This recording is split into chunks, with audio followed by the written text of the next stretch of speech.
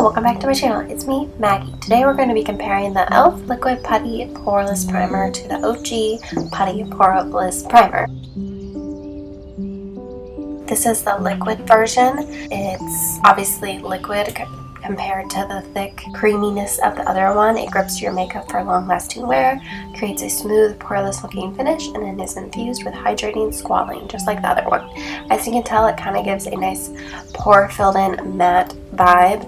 Here's the OG. I used to have the big one, but I ran out and I used most of it. And I purchased the 3-pack, which had the Poreless Putty, the matte version, and the luminous one in these like little cute mini jars. I love because they're good for travel, and if you want to just try out all 3 formulas, it's really nice.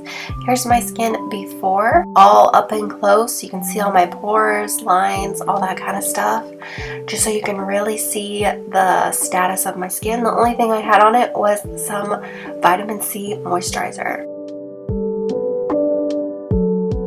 The only difference between the two is one is liquid, where one is the thick putty. We're going to be applying the liquid on this side of my face, the right side, and then we're going to see a little before and after. They both say wait 30 seconds to let it dry down and then apply your makeup over top, which I will show my favorite skin tint applied over top. But I do really think it gives a nice poreless finish, kind of like a semi-matte. It definitely has still a bit of a sheen to your face, but it's definitely more matte. But it's pretty hydrating still because of the squalene in it. And even though I'm still currently sick, I was blowing my nose at work a million times, I still felt like the makeup on my nose lasted really well.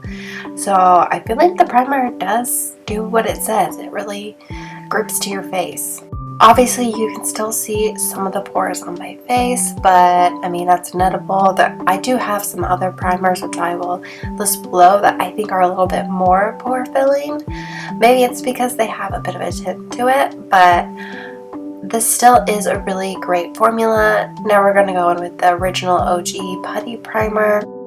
Obviously there's 2 other versions. There's a matte version, so that's going to really mattify your face. And then the luminous one has a bit of a glow to it, but I feel like that one has a little bit of glitter in it. So maybe not something you would love if you're not loving the like glittery vibe. I would say the only difference is this one is definitely thicker.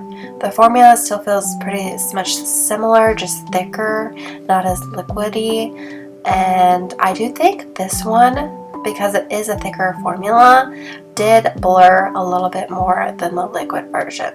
But I personally think I enjoy like the process of putting the liquid on more, just because I don't love the like having to stick my finger in that pot. The Pore Putty Primer is definitely a little bit more blurring, but they both have that nice long wear hydrating base. But yeah, here's a continuation. They're both applied and they're set on my face. Just a really good up close look at my pores and my lines. Definitely more smooth and filled in a little bit.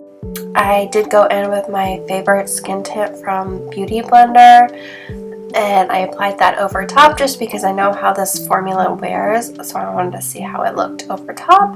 And it really created a nice flawless base. And it applied well over my nose.